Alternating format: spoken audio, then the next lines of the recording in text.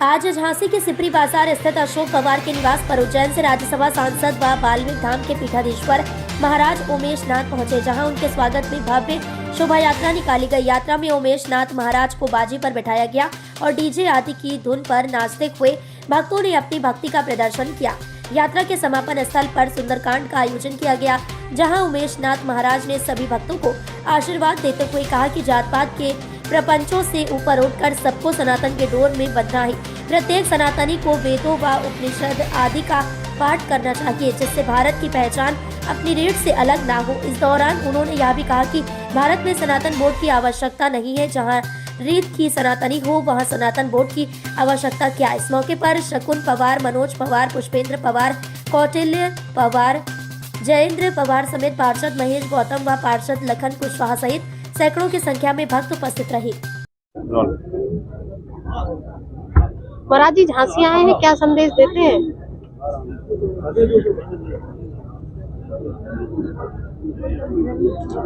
संत हमेशा साधु संत जो आते हैं तो वो सनातन का संदेश देते हैं। और आज मैं अशोक जी पवार के यहाँ निवास पर आया हूँ।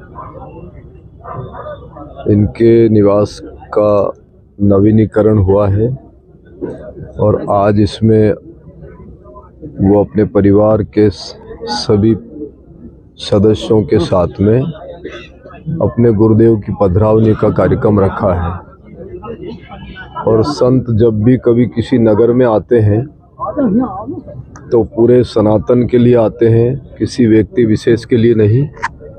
समाज में सामाजिक समरसता बनी रहे, हम सब लोग सनातन के लिए जागृत रहें, सत्य, धर्म और अहिंसा पर चल के मानवीय जीवन को कृतार्थ करें। यही साधु के नगर प्रवेश का मूल उद्देश्य रहता है। नगर में सुख शांति और समृद्धि बनी रहे, ये इस परिवार के लोग भी चाहते हैं, इस समाज के लोग भी चाहते हैं।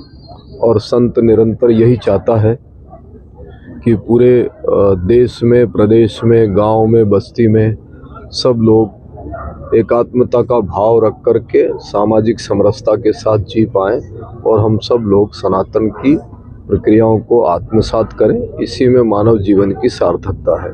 पिछले कुंभ में अमित शाह जी ने समरसता का संदेश देते हुए आपके साथ स्नान किया था। इस बार फिर महाकुंभ लगने जा रहा है। इस बार क्या किस तरह से समरसता का संदेश दिया जाएगा?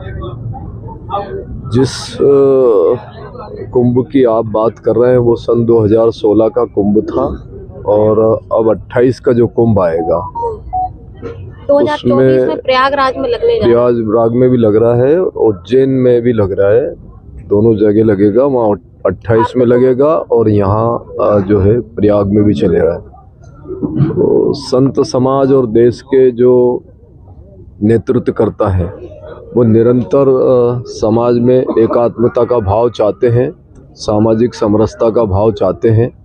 और मैं मानता हूँ कि सन 2016 में जो सामाजिक समरसता का बिगुल जो है उज्जैन, अवंतिका, वाल्मीकि घाट से बना था, मैं समझता हूँ उसमें वृद्धि होगी और हम सब लोग सामाजिक समरसता के साथ इस भारत में रह पाएंगे।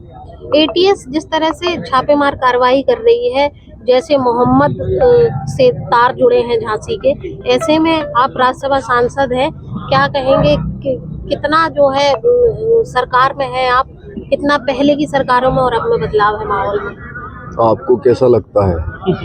70 साल में, आपकी तो आयु इतनी नहीं है, लेकिन 70 साल में जो भारत में विकास और जो भारत में एकात्मता का भाव और भारत की जो जटिल समस्याएं, चाहे वो राम जन्मभूमि हो, धारा 370 हो या अमुक समस्याएं, इनका समाधान हुआ है। तो हम ये मानते हैं कि जो पिछले 70 वर्ष में भारत में नहीं हो पाया वो पिछले 10 वर्षों में हुआ है। और यह प्रत्यक्ष को प्रमाण की आवश्यकता नहीं, पूरा देश इस बात को जानता है। देवकीनंदन जी ने जिस तरह से सनातन बोर्ड की मांग की है, अगर सारी चीजें ठीक है तो इस बोर्ड की आवश्यकता है?